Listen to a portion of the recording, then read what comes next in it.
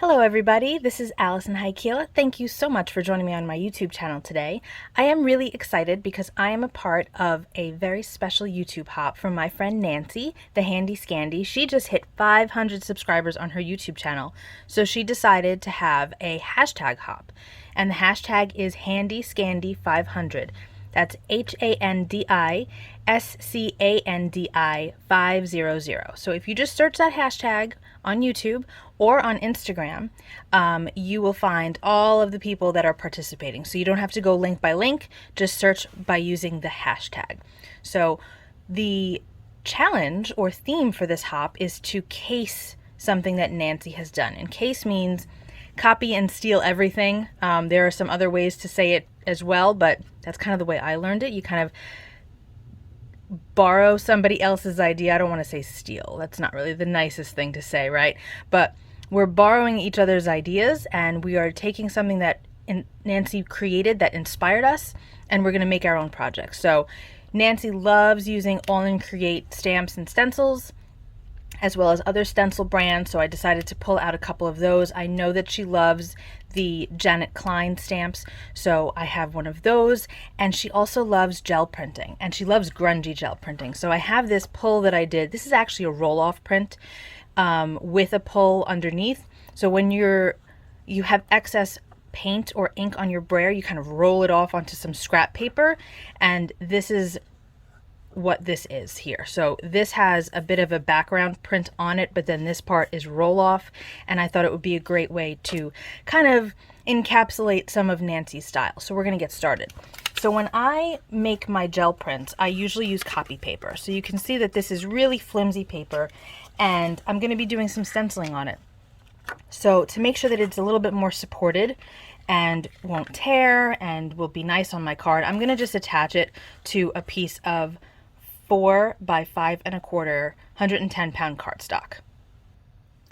So I've got that all glued, and you can see that now this is nice and thick, and it's not going to rip or tear as easily, and that's ready to go. So now I am going to take this stencil from AALL Create, which is lots of crescents, and we are going to, you can see that I've used this before, right? So we are going to apply it right on here. I'm going to use a little bit of tape to just stick it down. And I've got a couple of different colors here. I've got some All-to-New crisp dye inks in a few shades of gray and ultraviolet. I thought it would be nice to kind of use those colors based on the colors that are on my gel press prints. So we're going to start off with Lava Rock. I'm probably not going to use all of these colors, but I like to have a little bit extra ready to go in case I need them. So I'm just going to start by using my blending brush. Move these over a little bit. And I'm just going to give that quick once over with the Lava Rock. And then I think that we'll probably just go into Evening Gray.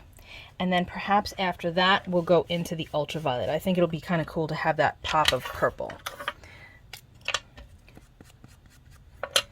I really like these inks. They're dye-based. They dry quickly. The colors are really unique. The grays especially are difficult to find, I think, in the marketplace. I've had a tough time finding like really good warm grays that I've liked before, but these are perfect. I have a little bit more I need to do up here.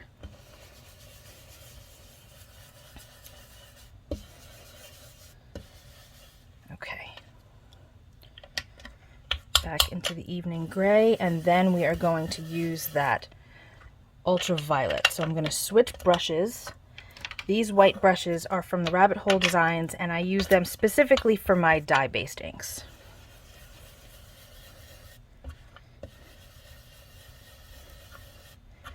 Isn't that a nice purple? Okay, let's take a quick peek and see how that looks. And do a little bit more right there, just to enhance those crescents a bit. That's perfect. Okay, very cool. I like that. All right, so we're going to set this off to the side, and we are going to work on our little girl. So I am going to color her with my Zigs. I stamped her in VersaFine onyx black ink onto Bristol cardstock, and we're going to start off with the flesh color. And while we're doing this coloring, I figured I'll tell you a little bit more about this YouTube and Instagram hop. So there's going to be a bunch of participants. Some will be on YouTube, some will be on Instagram, some, like myself, will be doing both.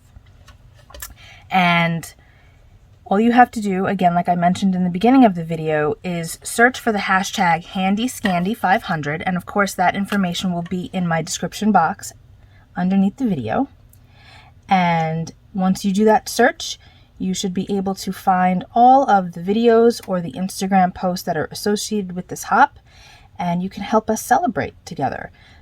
Hitting that 500 subscriber milestone is really exciting. I look forward to doing that myself one day.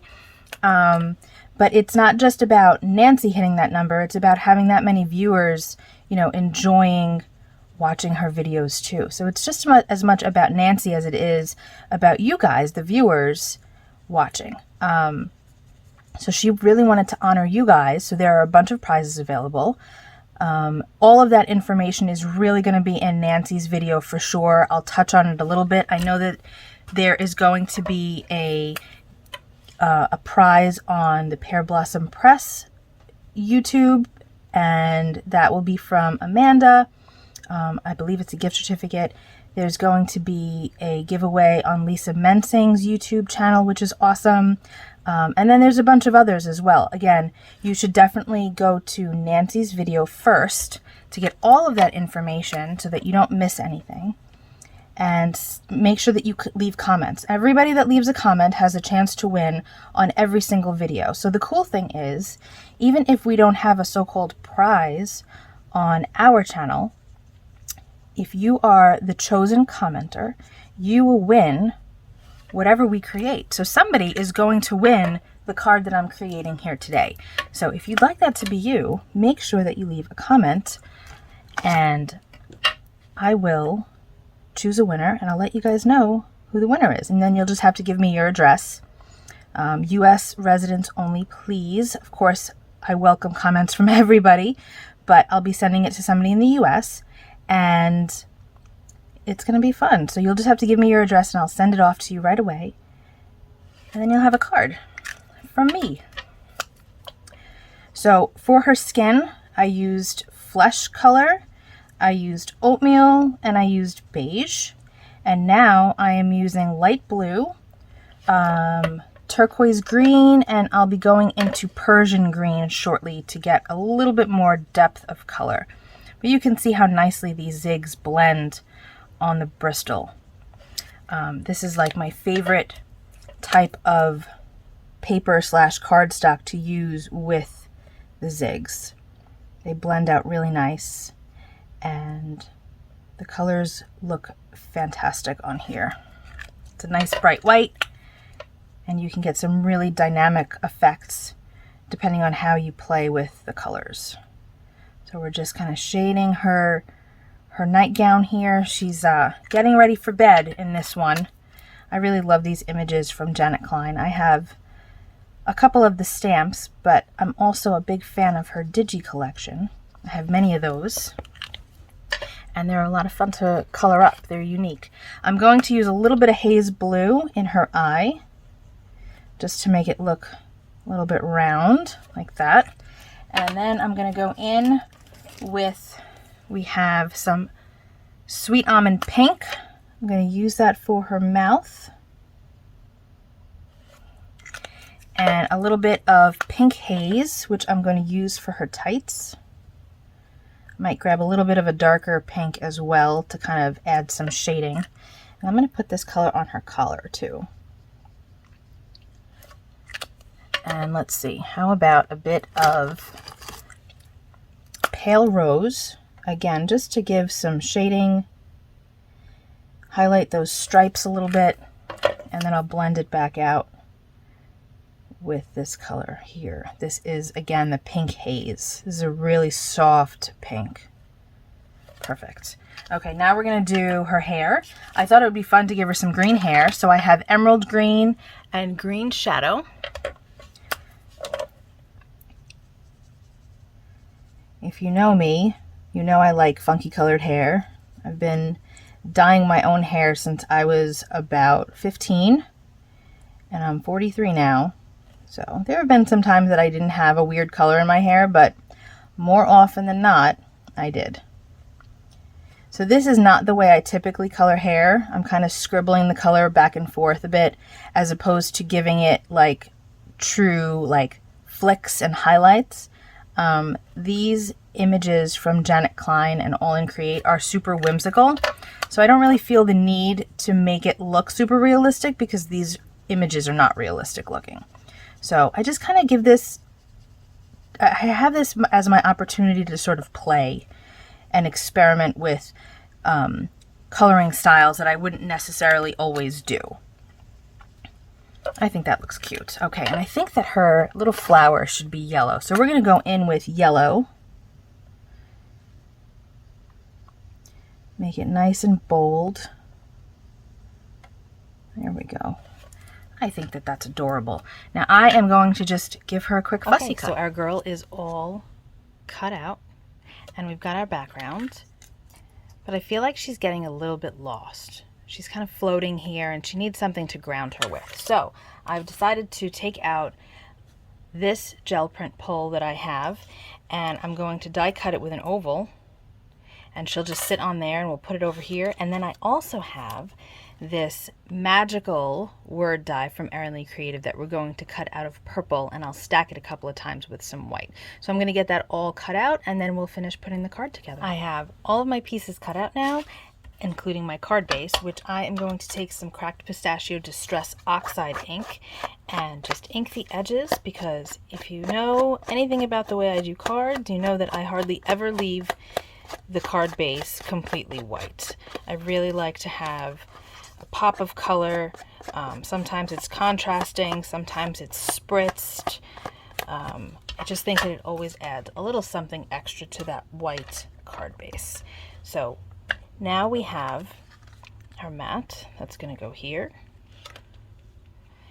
and then I've got two ovals that I die cut. This is actually in a printed paper from Prima that's really old. We're going to glue it on here like so, and I'm going to glue her down like that. I think I'm going to offset this oval a little bit. I think it adds a little bit of interest, and we will add our magical. And I've got the little tiny star that is to dot the eye right there. So let's glue that all together. Now that we have an idea of our placement,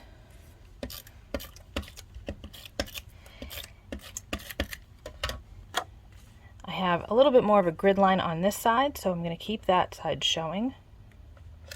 That looks really nice with the card base. I'm going to move that off to the side just so that I don't try to keep it straight to the base as opposed to the background. Add a little glue to this mono print I had done. Get that on here like that. I like having my ovals and circles offset sometimes. I think it adds a bit of interest.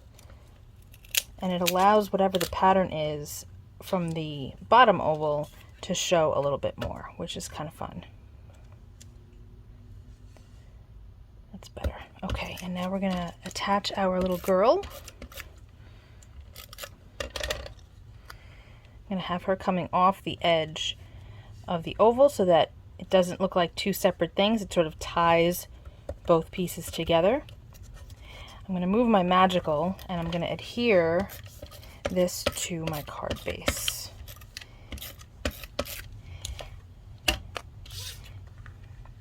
And then I am going to pause the video and adhere my magical, just so that you don't have to watch me adhering that down. I'll be using some on-point glue from Imagine to do that, but it's not very exciting to watch me gluing this part. So I'm going to do that off camera and I'll be right back. So I had die cut the magical out of a purple cardstock and then 2 additional layers of white cardstock. Just going to set my block on top of that just for a moment, and then we're going to attach that little star right above. I'm going to put a little dot of on-point glue. I've got my sparkle stick from Doodles Paper Playground here, and I'm going to attach that down like that. Set that there like that. And now I think that we need a little bit of sparkle. I have these really pretty pastel rhinestones from Doodle's Paper Playground, and I'm going to show you how I like to attach them. I use my sparkle stick and my on point glue, and I hold it with the sparkle stick, and then I use my little pokey tool to get it in place. Because the rhinestone likes to, or the sequence, depending on what you're working with, likes to hold on to whatever it's holding. The sparkle stick likes to hold the object, so I use the pokey tool to kind of help put it in place. And that's just a fast way of doing it. There we go. We have a finished card. Thank you so much for joining me today. I hope you enjoyed this video. Please don't forget to do the rest of the hop here on YouTube as well as on Instagram. Make sure that you use the hashtag HandyScandi500. As always, all of the information will be listed below in my description, and I'd like to say, Nancy, thank you so much for inviting me to be a part of your hop. I really appreciate it, and I can't wait to celebrate the next 500 with you. Thanks so much, everybody. Have a great day. Bye-bye.